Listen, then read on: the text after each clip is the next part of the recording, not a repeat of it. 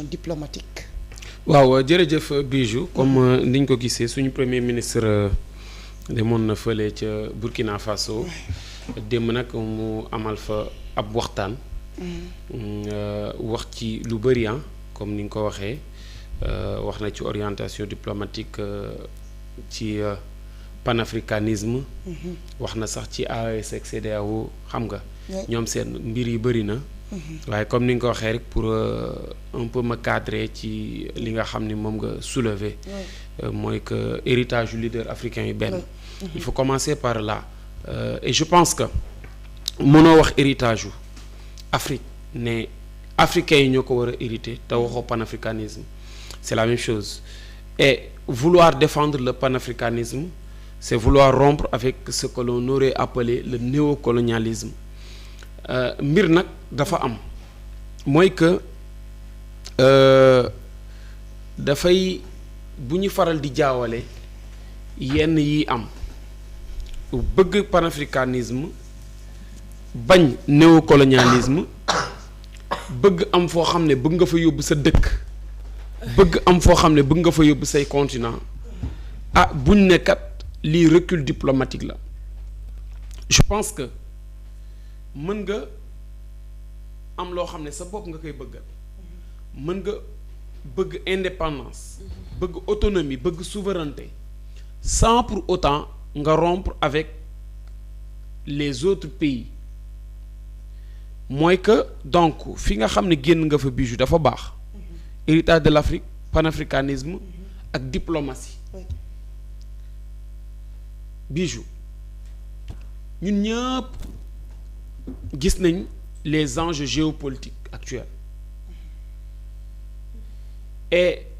suñu dégluwaatee le premier ministre Ousmane Sonko dafa wax benn mbir bu am solo te lépp daf ciy tënku l'Afrique est le continent de l'avenir Afrique aussi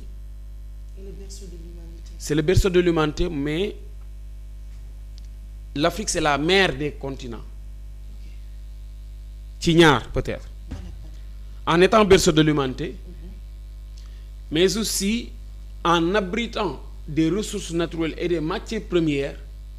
qui ravitaillent la plupart des pays étrangers des autres continents Afrique dundal gi nga xam ne mu ngi koy dundal yeneen continents yi rek dafa jéggi daal ñépp xam ni nag que moom mooy le continent de l'avenir mais malheureusement ñun africains yi maîtriser wuñu ces enjeux-là ba nga xam ni benn indépendance boo xam ne waroon nañ ko am à titre économique à titre culturel à titre social et à titre politique dañ koo xaw a ñàkk qu'est-ce qui est maintenant à l'origine de ça du ma ni totalement looloo ko tax looloo tax mu am waaye li gën a tax tey jii nii ñu dépendant économiquement dépendant politiquement dépendant culturellement socialement mooy que tey on a raté notre fondement benn et la nga xam ni donc dafa constituer fondement pour faire développer l'Afrique daf cee bokk solidarité bi nga xam ni war na am entre les dirigeants africains et Bijou quand nous revisitons l'histoire dañuy gis ni la plupart des leaders des dirigeants africains dañ doon xàjjalikoo lan moo nekkoon cause u xàjjalikoo boobu lu ci ëpp tubaab bi la avec sa politique du diviser pour mieux régner aujourd'hui s'il y a une certaine prise de conscience de la part de certains leaders pour ñi mën a toog di waxtaan toog di maîtriser les enjeux toog jéem a xool nan la ñuy amee wala jéem a xool nan la ñuy doxalee une politique souverainiste c'est parce que am na benn réveil boo xam ne am nañ ko suñu fàttali ko le président Abdoulaye Wade doon na dox jéego yooyu le panafricanisme avec des structures ak yenn politique publique nga xam ne doon nañ ko am ci yenn mbir yi ak la mise en place du NEPAD affaire yooyu noonu xam nga ñëw après on a pensé peut-être à la grande muraille verte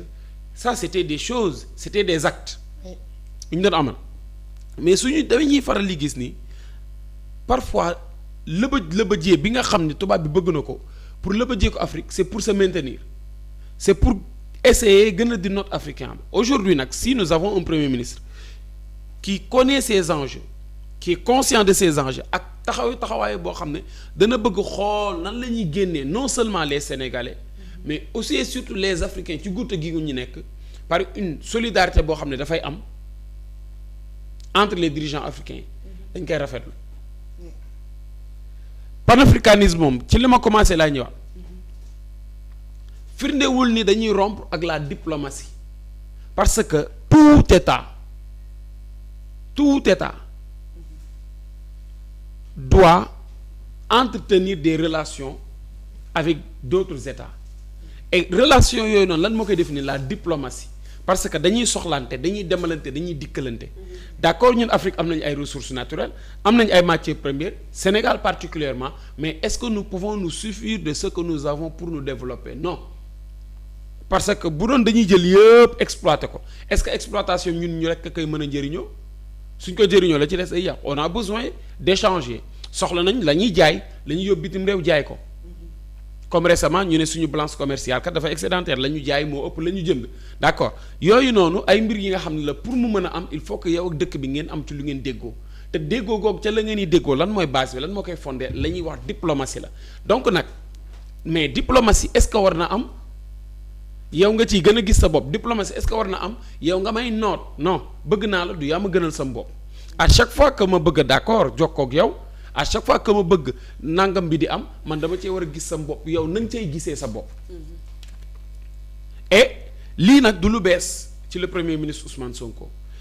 et suñu lan moo tax ma war a mën a wax du lu bees nee na ñëwuma peut-être wala du ma wax ci CEDEAO wala AES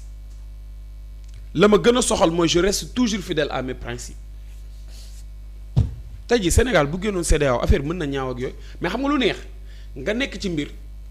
comme li ñuy faral di wax une loi même quand elle n'est pas bonne tu dois l'accepter mais nga am yéene ëllëg changer ko damaa nekk biir CEDEAO je sais que certains principes de la CEDEAO ne sont pas pertinents qu'est-ce que je vais faire damay xool dama ci nekkee nañ cay doxalee ak la may proposer pour ñu gën a mën a joyante mbir yi pour mbir yi gën a mën a dox parce que dafay am loo xam ne dañ koy gis ci CEDEAO ñu gis ne lii est-ce que bu méngoo na ak li Afrique soxla lii est-ce que pertinent na pour mener des politiques publiques au niveau des pays membres de la CEDEAO et dañuy faral di gis ni lënk-lënk yi nga xam ne moo am ci CEDEAO dafa bëri ba looloo tax tey jii nii les pays membres de la CEDEAO certaines des populations de ces pays membres dañuy xaw a dénigrer CEDEAO dañ ko jàppee comme benn entité boo xam ne dafay exister nii rek que de nom et loolu li ko gën a firndeel ak li gën a tax ñuy critiquer CEDEAO c'est la naissance de l'AES avec ces pays yi nga xam ne dañ cee génn maintenant loolu noonu soo ci nekkee il faut nga am des choses yi nga xam ne day nekk ay convictions ay principes pour nga mën a joyanti et boo amul principe malheureusement nag foofu lañ lay noter boo amul principe bijou foofu lañ lay mën a dérouler sa politique et cette politique sénégalaise cette politique africaine elle est loin d'être une politique occidentale on ne doit pas donc occidentaliser l'Afrique oui.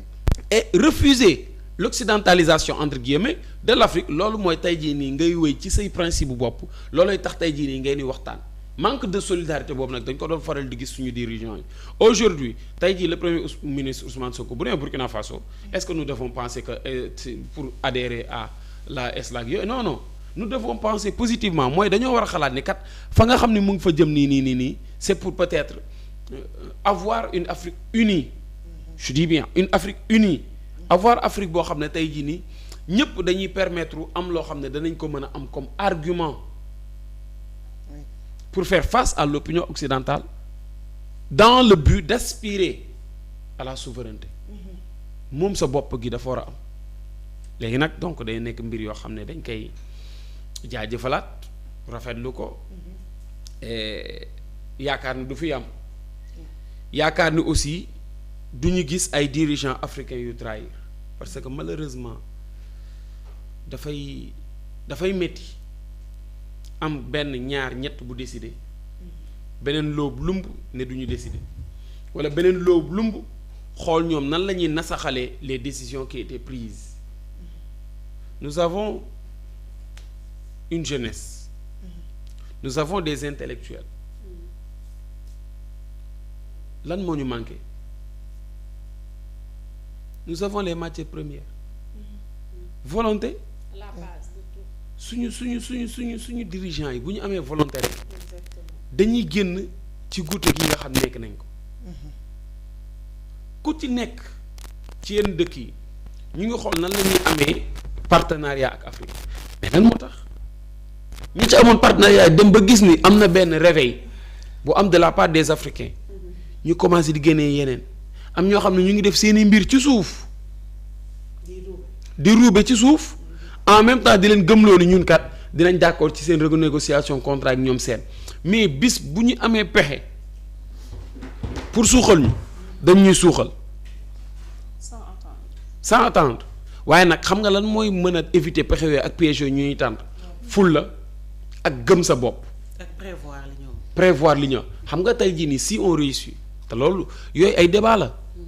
si on réussit à avoir une balance commerciale excédentaire mbir la de ñun lañu jaay ëpp lañ jënd qui l'aurait cru neexul woon gëm de. war nañ cee mën a gën a communiquer loolu mooy Ami Cissé am na loo xam tey bu ñu la ko doon def du la saf maanaam la nga jotul a jënd loolu nit mënatu la koo xañ ba mu saf la imaginons ngay dem supposons peut-être balance bi nañ dem ci benn vision nañ ni balance bi